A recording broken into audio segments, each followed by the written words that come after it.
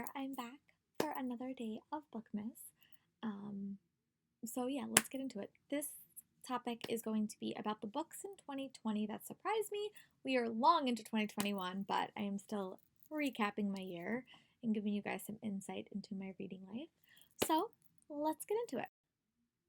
Once the pandemic hit, I really tried to diversify my reading life a little bit and I tried to read some new genres. So you're going to see some new genres on this surprise list. That definitely did surprise me because I wasn't expecting to enjoy them so much. But the first book and genre that I wanted to chat through is Cold Hearted Rake by Lisa Kleypas. And this is one of the Regency historical romance reads that I tackled this year and wound up really enjoying. I heard Alexa Love Books chat about this book, and I was like, I want to pick that up. And it basically follows this girl. Her husband dies unexpectedly, and her husband's cousin, I think, winds up moving in with them and kind of is like ordering her around a little bit. And it leads definitely love to hate. I'll say that, hate to love. But it was a really really fun read, and I really enjoyed it. I really do want to read the rest of them because there's like 5 or 6 books in that series, and I wound up buying them like later in the year on my Kindle. But I just never got around to reading them next. But I really like this one, and I enjoyed it enough to like keep reading them and getting them out from the library. So that's definitely a plus in that category.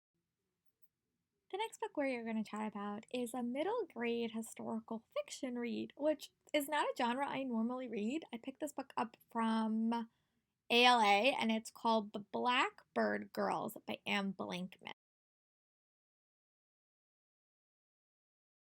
This book follows mostly 2 girls in the aftermath of the Chernobyl disaster. Their dads work at the power plant that wound up exploding, and they're dealing with the aftermath of that. And it was a really heart-wrenching, captivating, emotional read. I was not prepared for how emotional it was, but I loved it. I really loved the author. I loved the story that was told. I loved the girl characters. I loved the female friendship. It was a book that really got me. Like, I really enjoyed it. It was very emotional towards the end, and I'm definitely going to try to look into more like historical fiction middle grades because they're definitely easier to digest, but also just really engaging.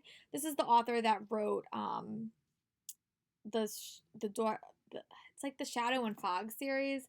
It's when I don't remember the name of it, but like the main character is the daughter of Hitler and she winds up befriending a Jewish reporter. Can't think of the name right now, but that's another series that's like high on my TBR just for that reason. But overall, it was a very very surprising read that I was not expecting to really enjoy, and I definitely did. So the next book I am going to chat through is a new genre for me this year, definitely, and I really blame this on Regan from Peruse Project, and a couple of other people that read mostly adult fantasy. That's not my genre. But I wound up picking up The Queen Poisoner by Jeff Wheeler, and I was really intrigued by it and wound up loving it. So here's a picture.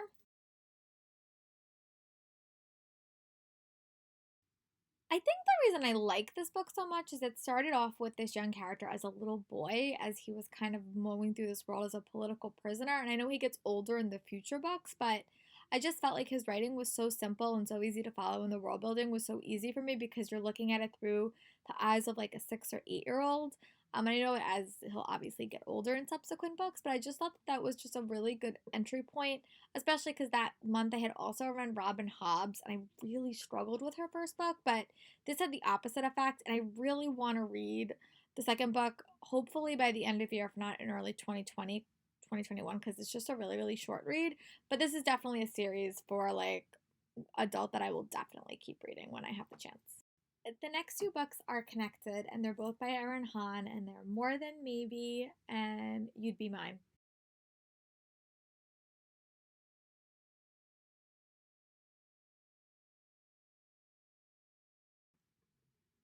I really love these books like so much. They have to do with the music scene, and I really can't choose between them, but I loved them really a lot. More You'd Be Mine is about 2 country music stars who have to join forces to save their reputations and build their brand a little bit, and it definitely leads to some romancy stuff, but I wish, I said this before, I wish that there was like an artist that collaborated with Aaron Hahn and we got like a CD of these songs, because I would listen to that in like a heartbeat. And then More Than Maybe follows Veda and Luke, and they're on opposite sides of the music industry. One really wants to be like a music critic, and one is the son of a very popular English movie music star, and their paths wind up crossing. Two really, really fun romances. So enjoyable. I really liked them. I love the take on the music scene. I love how opposite they were. Reminds me a little bit of Love Song and Other Lies by Jessica Pennington, and I wound up adoring these and am definitely going to read anything that Aaron Hahn puts out, which is a companion book coming out in 2021 that I will definitely be checking out, which is a companion book to More Than Maybe. The next book I'm going to chat about is a surprise read that I got from a blog tour from TBR and Beyond, and that is Ignite the Sun by Hannah Howard. Here is a picture.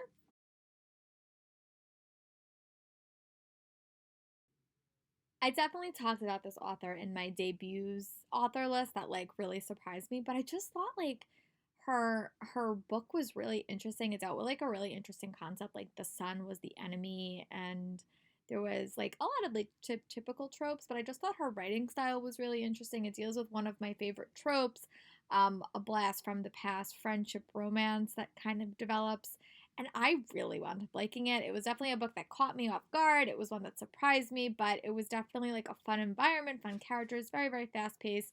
Something that I did not want to put down, and I didn't. I think I read it in like two days, and the blog tour was super fun to be on. But it's definitely an author I'm going to keep an eye out for in 2021 and in future years.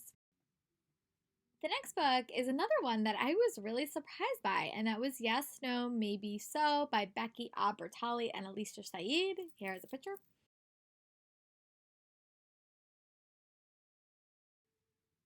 2020 has been a really, really weird year. And I think activism and standing up for what you believe in has become a focal point of this year, as it should. But I loved what they did with this book. It basically follows two characters. They live in Georgia. I think they live in Georgia. I think they live in Georgia. And you follow these two characters. One is a Jewish young man, and one is a Muslim teen girl. And they wind up working together to help this um, senator get elected during a runoff race in the middle of summer. And they just deal with a lot of things together. They become friends, maybe something more in the future, but it just dealt with them working on a campaign and door knocking, and um, why they were doing this, like what was at their back trying to like pushing them to keep doing this. And I loved it. I think this should be a mandatory, like in every single high school and every single middle school, because it really looked at what teens can do when politics, like when they want to be engaged but they can't vote yet. And I just liked it. I thought that it was really smart to put it in like a normally red state and see like what they can do. It had an ending that I wasn't necessarily expecting, but again, it was very, very, very hopeful. It dealt with a lot of racism, and they did talk about Trump in it. I will say that because it was set like after he got elected, and it just was a really. I think it was inspired by real life events, not like exactly, but it was just one of those reads that really was impactful, super funny, super hysterical as well, in addition to all the harder stuff. But just a read that I really liked, and I definitely will be looking for more by these author duo in the future. And it just put a smile on my face, as well as inspired me to get involved, which is what I want, which is what we should all be doing. But this book definitely inspired me. That so you're looking for a little bit more of a book about resistance and standing up for yourself, and fighting for what you want. This is a read for you. But also a really, really cute potential romance. The next book we're going to chat about is another TBR and Beyond blog tour book, and it's I Hope You're Listening by Tom Ryan.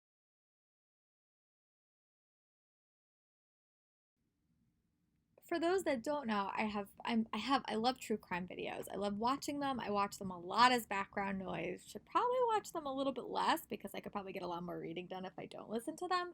But I love true crime videos, and this book kind of married my love of podcasts and reading. But it basically followed this girl who in the past she and her friend went missing, and her friend was like kidnapped, and her friend was never seen again. So you flash forward a couple of years, and she winds up starting this podcast which is trying to find missing people. But no one knows that it's her. It's an LGBTQ novel, and she basically gets sucked up in this new mystery that kind of winds up connecting with the mystery she was involved in. And it was just so well done. And I really like the elements of the podcast. It also reminded me a little bit of like I Killed Zoe Spanos, but this book just had a heart to it that I really liked. Loved his writing, and I really liked the characters. I just felt for them so much. I love the rep that was here as well. And it just made me smile. So I definitely wanted to put it on this list and give him a shout out because he did a really interesting read that like had both a lot of representation for a lot of different characters, but also a strong like mystery thriller element that definitely had me on the edge of my seat. The next book I'm going to chat about is the only nonfiction read on this list, but this book really blew me away, and that is So You Want to Talk About Race.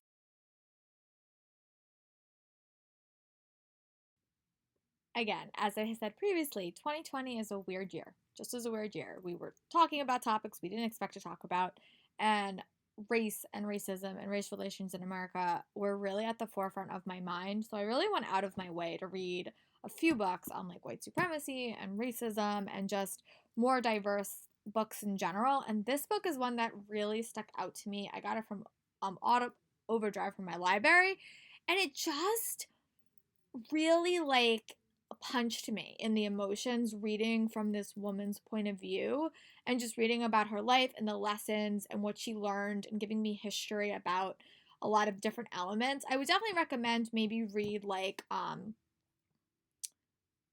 my handbook, the handbook guide to white supremacy, because that was the one that was like a nice foundational read. This one was the one that I just listened to, and I really found it to be quite impactful, and I'm really grateful that I read it. There were some scenes in this book that just made me so angry. I wanted to like throw my iPad across the room. I was so frustrated at like what the situation she was dealing with. But it also made me like take a big step back and look at my own life a little bit and see what I could do better and what I should be doing better. It's not an easy read. These topics are not easy, but I think it's important that we do that. And I think, this has been a really big year for self reflection and kind of like going into ourselves and kind of like, challenging ourselves to be more. And I'm definitely going to try to continue that in 2021 because I think the world needs that. So, and the last book I'm going to talk about in this video is Words on Fire by Jennifer A. Nielsen, which is another historical fiction book that again really surprised me.